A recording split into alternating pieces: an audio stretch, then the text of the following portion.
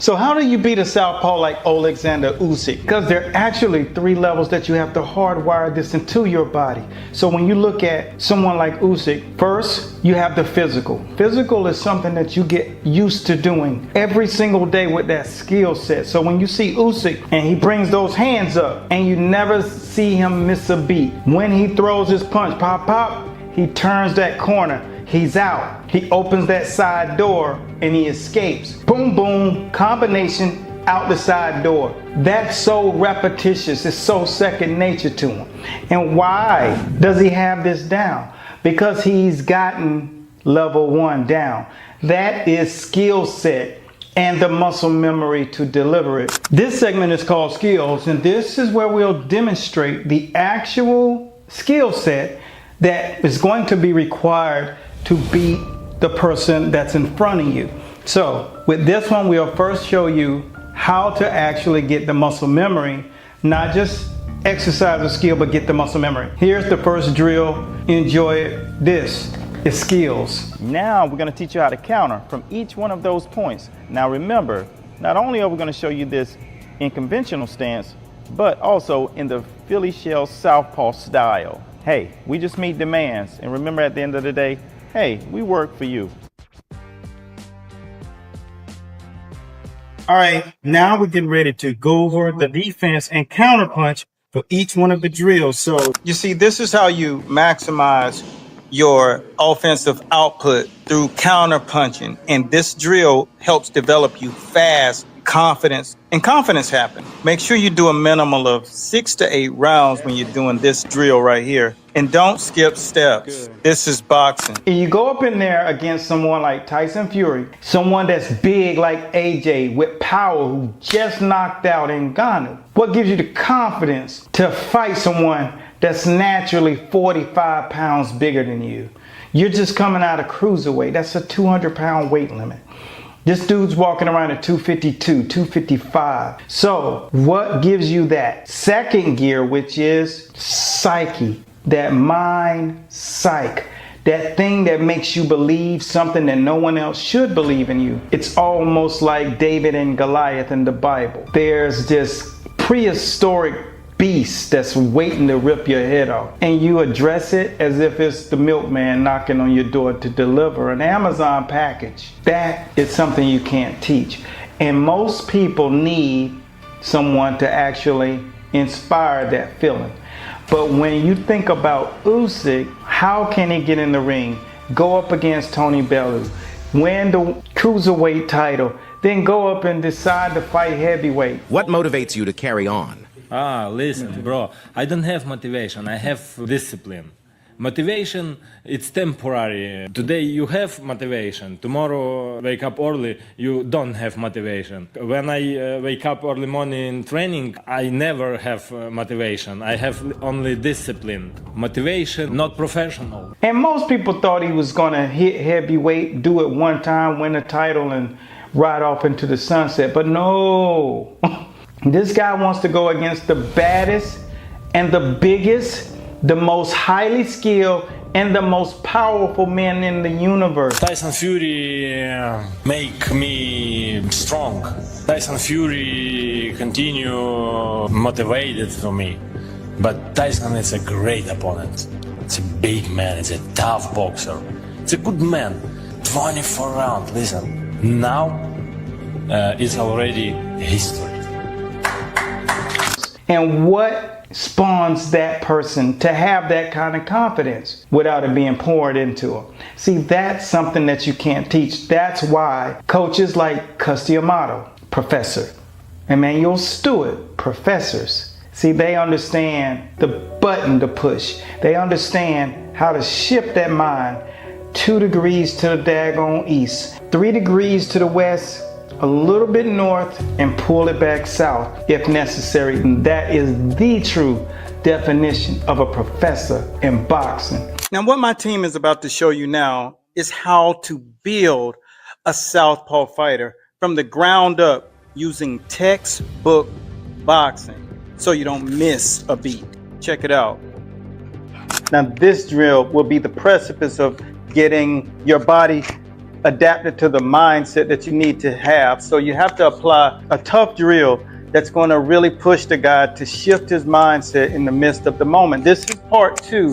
This is the second part of developing your fighter. So first is getting the skill and the muscle memory inside, embedded. That's where most people go wrong. This is how you shift their brain. This will be a good drill for you. Remember, 6 to 8 rounds, no matter what you do. Don't take shortcuts, and you don't play boxing. That's number two, mindset shifting. It's sort of like hypnosis. Hopefully it's starting to click why some fighters that you love don't show up on certain nights. It's not that they're not showing up. There are things that have to be plugged into this fighter, just like you would a robot. If a robot gets plugged into the wall, that's where he gets his energy. That's where he gets his power. Human beings need power surges. And if they get those, then they can perform like you thought they could, like Mike Tyson. When Cus Yamato leaves, it's a very tough mountain to climb to get back to that level. So now you know the second component, but the third component is tricky because most people think, I got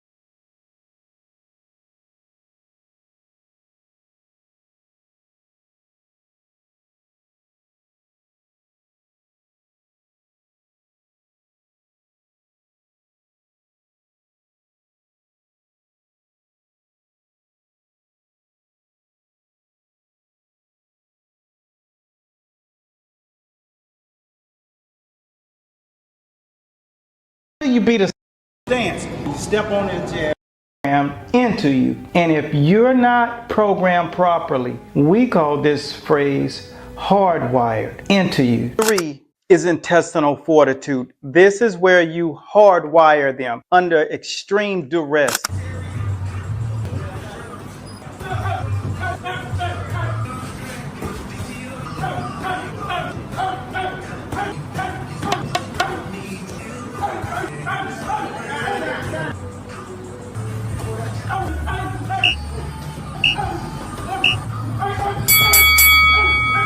Putting mad pressure on them, putting them in the darkest place. This is where you prepare them for their smoker in the gym.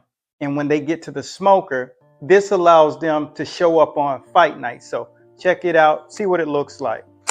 This is not rocket science. It's textbook boxing. Let's see what it looks like. Our objective is to show you how to walk the man down behind the Philly shell stance. You step on that jab, it just keeps the rhythm of the other guy off track and allows you to walk on top of him. Let's see what that looks like in the ring. It's simulation mode. Work time. Time.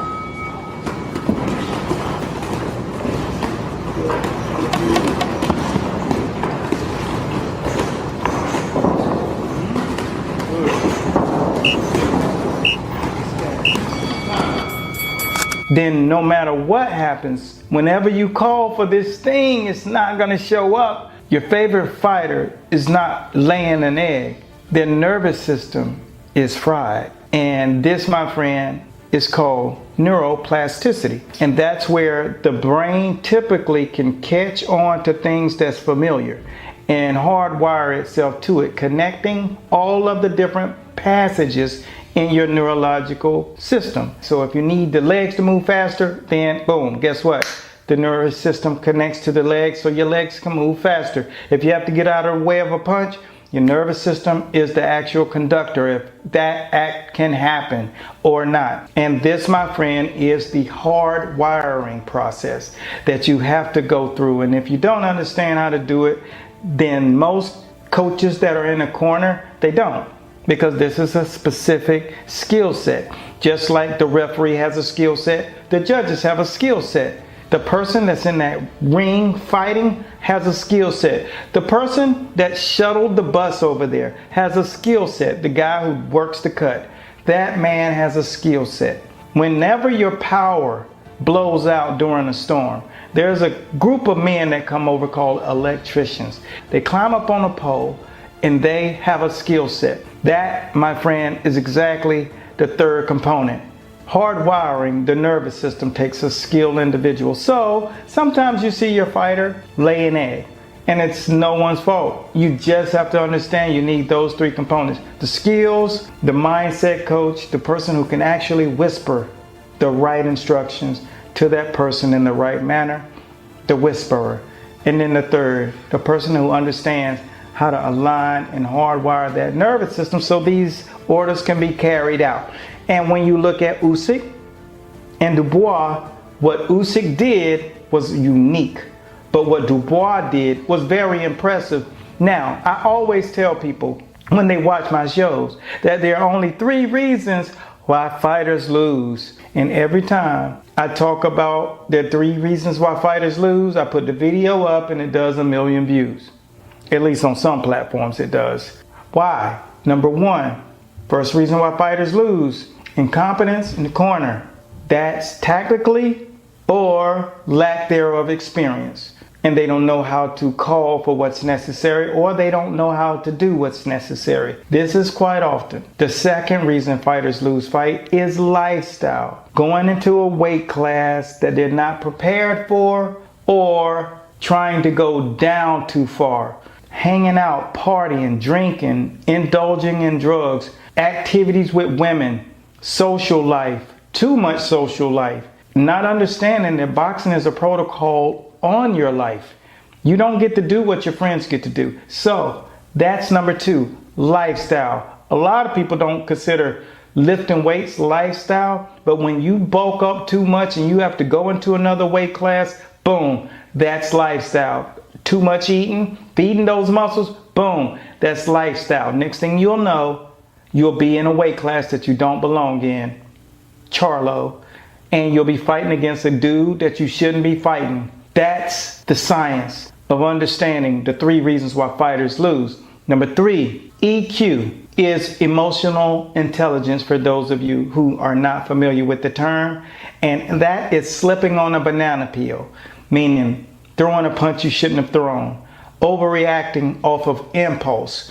Slipping on a banana peel is a term that I use because that's what happens when your EQ is high and that drops your IQ low.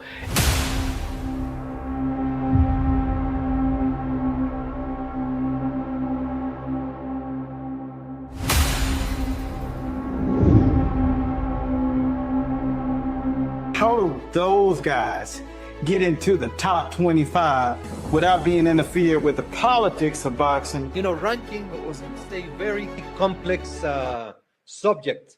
Yeah. Because records do not speak. They cannot tell you the story. Series of situations that we have to study to rank a fighter. Record, activity, level of opposition, and we analyze each fight. If you are fighting in your hometown as the home, as the and the other guy is the visitor.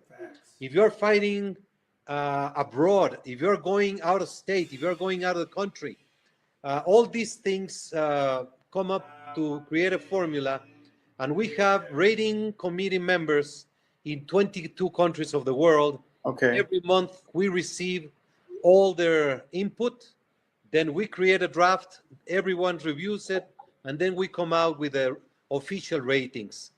For the best rating for a fighter, you have to be active and you have to fight against good level of opposition.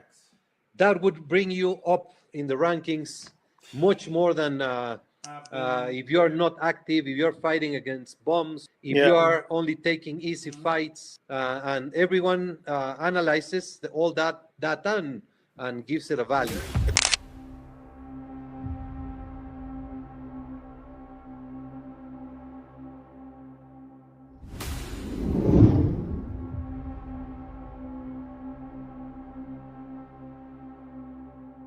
The thing with Usyk is he doesn't depend on his power to knock you out. He depends on his skill. That's why it's a tough ask, because he's going to box rings around you. And you start doing things that are literally stupid. Victor Ortiz, Floyd Mayweather. Headbutt to the mouth, stupid. Drop your hands down, stupid. These are things that we can't allow stupid to take over brain. We call that stupid brain. So these are the 3 reasons why fighters lose. And every time someone loses, it's one of those 3 reasons.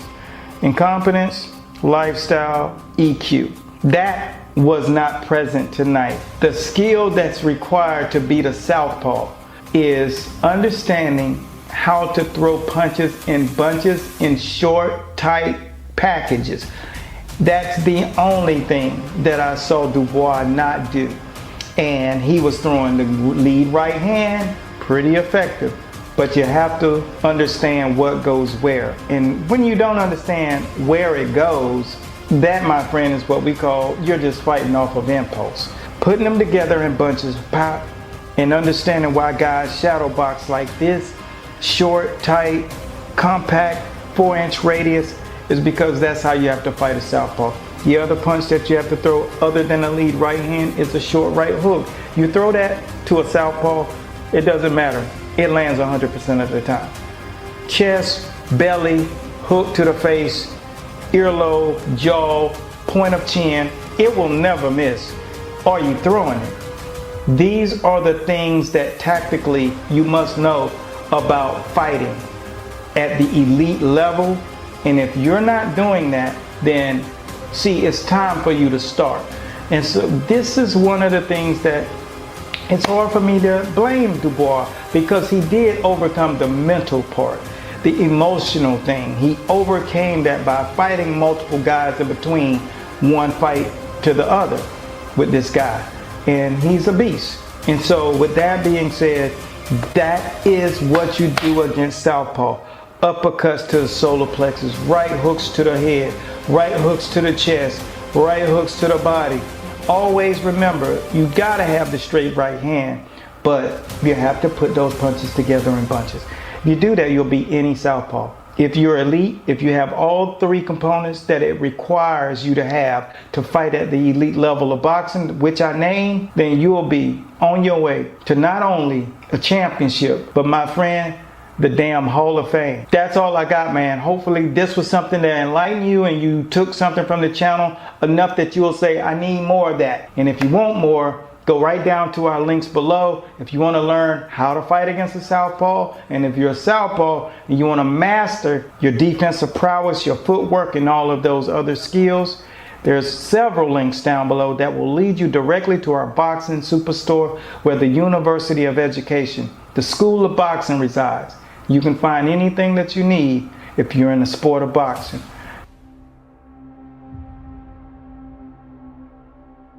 Coach Bradley signing out. Be blessed. And look, if this gave you some insight, continue to follow for more. Subscribe, and no matter what you do, stay sharp, bite down on your mouthpiece, and never get caught slipping in boxing. So long. Peace. adds another element to my defense.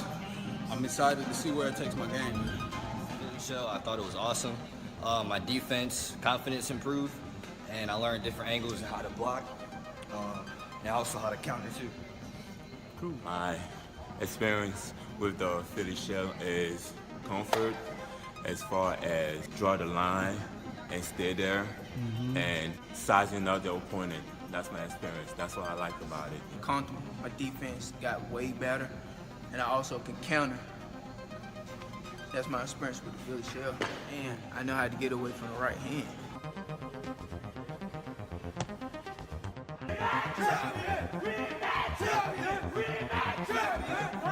This is the back foot system. You got a system written down? It's the encyclopedia of boxing. There's nothing like it on the planet. Nothing. Hey, thank you for doing that, man. Yeah. Because like we said earlier, if there wasn't guys like you that do this stuff would die. You're not gonna see custom model come through the door. You're not gonna see Dundee come through the door. You know what I'm saying? No. Like all these guys. If there wasn't guys like you that do this stuff would die.